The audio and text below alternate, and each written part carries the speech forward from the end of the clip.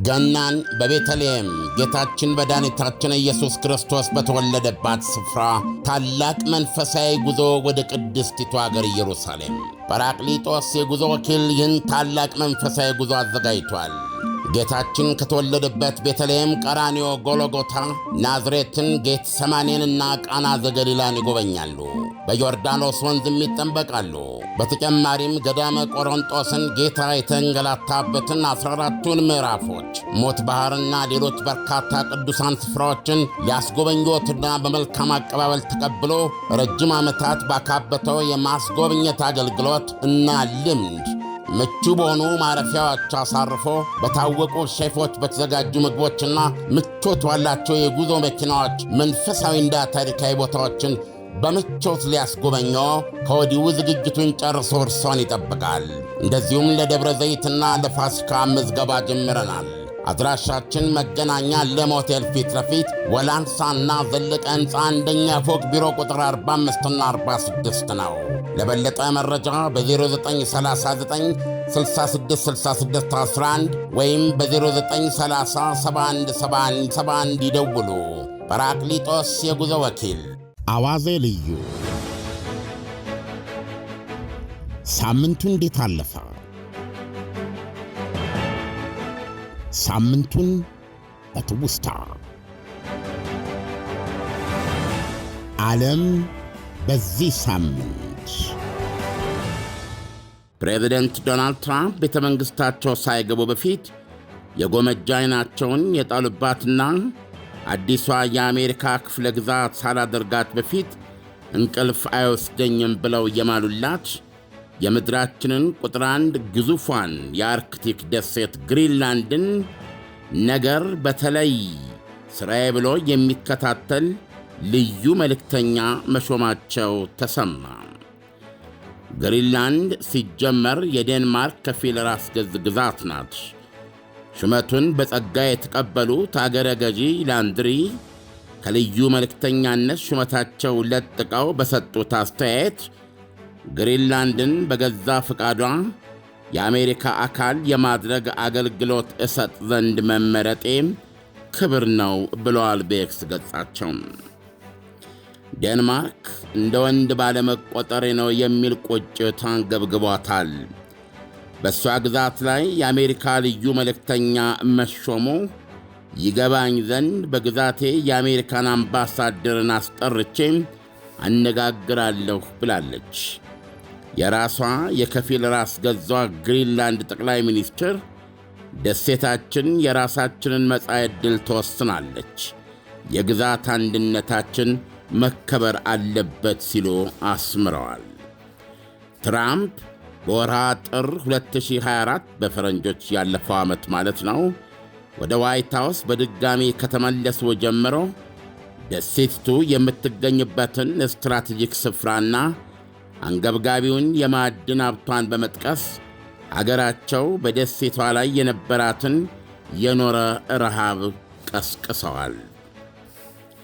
የ79 ዓመቱ ትራምፕ ግሪንላንድን የአሜሪካ ዕቅፍ ውስጥ የማስገባት ጥረታቸው ከባሰበት በሰደፍ ጭምር እስከ መውገር እንደሚደርስ በአደባባይ በመናገር የኔቶ አባል የሆነችውን የግሪንላንድ አሳዳሪ ዴንማርክን ፊቷ በጥፊ የጮለ ያህል በአፍረት አንገት አስደፍተዋታል።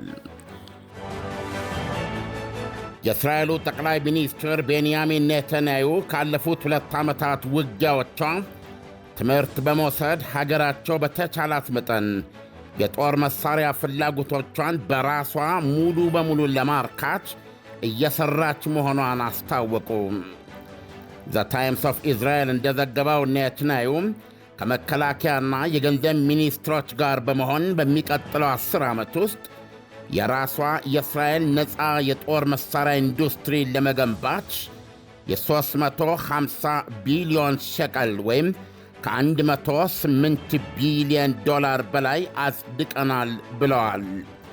በኢትዮጵያ ገንዘብ ከ17 ትሪሊዮን ብር በላይ ነው። በሁሉም ወገኖች በወዳጆቻችን ላይ ጭምር ያለንን ጥገኛነት መቀነስ እንፈልጋለን ብለዋል። አሜሪካ፣ እንግሊዝና ጀርመንን ጨምሮ የእስራኤል አጋሮች ከኦክቶበር 7 2023 ወይም በኢትዮጵያ ከመስከረም 26 2016 ጀምሮ በእስራኤል ላይ የተለያየ የጦር መሣሪያ ሽያጭ ዕቀባ መጣላቸው አይዘነጋም። ኦክቶበር 7 2023 ወይም መስከረም 26 2016 በኢትዮጵያ ሐማስ በእስራኤል ላይ ያልተጠበቀ ጥቃት የፈጸመበት ወቅት ነው። ይህም ሆኖ አሎ ኔታንያሁ ጀርመንን ጨምሮ ብዙ ሀገራት የተለያዩ የጦር መሣሪያ አይነቶችን ከእኛ ከእስራኤል መግዛት ይፈልጋሉ ሲሉ አክለዋል። እስራኤል ሶማሊላንድን ማወቋን ተከትሎ ዘ ኒውዮርክ ታይምስ አሜሪካንስ ታውቃለች ወይ ሲል ጥያቄ ያቀረበላቸው የዩናይትድ ስቴትስ አሜሪካ ፕሬዝደንት ዶናልድ ትራምፕ አይ ሲሉ መመለሳቸው ተሰማ። ለመሆኑ ሶማሌላንድ ምን እንደሆነች የሚያውቅ አለን በእውነቱ ሲሉ መጠየቃቸውም ታውቋል።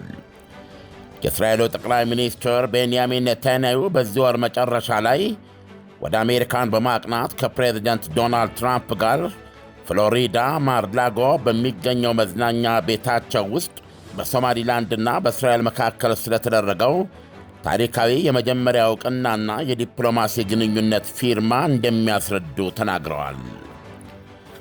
ዘጋርዲያን እንደዘገበው የአሜሪካ አስተዳደር በሶማሊላንድ ዕውቅና ጉዳይ ለሁለት ተከፍሏል። ከፊሎቹ ዕውቅና ብንሰጥ አሜሪካ ከሶማሊያ ጋር ያላትን ወታደራዊ ትብብር አደጋ ላይ ይጥለዋል ብለው ይሰጋሉ። አሜሪካ ሶማሊያ ውስጥ አልሻባብን እየተዋጋች መሆኗ ይታወቃል። የሶማሊያ ውጭ ጉዳይ ሚኒስቴር ባወጣው መግለጫ የእስራኤልን ውሳኔም በሉዓላዊነታችን ላይ ሆን ተብሎ የተወሰደ ጥቃት ብሎታል። የአፍሪካ ኅብረትም ተመሳሳይ መግለጫ ሰጥቷል። የአፍሪካ ኅብረት በምጻረ ቃል አህም የእስራኤልን እርምጃ አጥብቀን እንቃወማለን ብሎም የሶማሊያንን አንድነት ሉዓላዊነትና የግዛት አንድነት ለመጨፍለቅ የሚደረግ ማንኛውንም ጥረት በአህጉሪቱ ሰላምና መረጋጋት ላይ የሰፋና የከፋ መዘዝ ሊያስከትል ይችላል ሲል አስጠንቅቋል። አዋዜ ልዩ ሳምንቱ እንዴት አለፈ? ሳምንቱን በትውስታ ዓለም በዚህ ሳምንት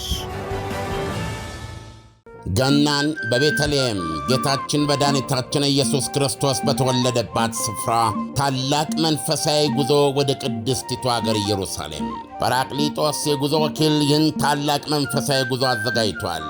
ጌታችን ከተወለደበት ቤተልሔም፣ ቀራንዮ፣ ጎልጎታ፣ ናዝሬትን፣ ጌት ሰማኔንና ቃና ዘገሊላን ይጎበኛሉ። በዮርዳኖስ ወንዝም ይጠመቃሉ። በተጨማሪም ገዳመ ቆሮንጦስን ጌታ የተንገላታበትን 14ቱን ምዕራፎች፣ ሞት ባሕርና ሌሎች በርካታ ቅዱሳን ስፍራዎችን ሊያስጎበኞትና በመልካም አቀባበል ተቀብሎ ረጅም ዓመታት ባካበተው የማስጎብኘት አገልግሎት እና ልምድ ምቹ በሆኑ ማረፊያዎች አሳርፎ በታወቁ ሼፎች በተዘጋጁ ምግቦችና ምቾት ባላቸው የጉዞ መኪናዎች መንፈሳዊና ታሪካዊ ቦታዎችን በምቾት ሊያስጎበኞ ከወዲሁ ዝግጅቱን ጨርሶ እርሶን ይጠብቃል። እንደዚሁም ለደብረ ዘይትና ለፋሲካ ምዝገባ ጀምረናል። አድራሻችን መገናኛ ለም ሆቴል ፊት ለፊት ወላንሳና ዘለቀ ሕንፃ አንደኛ ፎቅ ቢሮ ቁጥር 45ና 46 ነው። ለበለጠ መረጃ በ0939 666611 ወይም በ0930 717171 ይደውሉ። ጰራቅሊጦስ የጉዞ ወኪል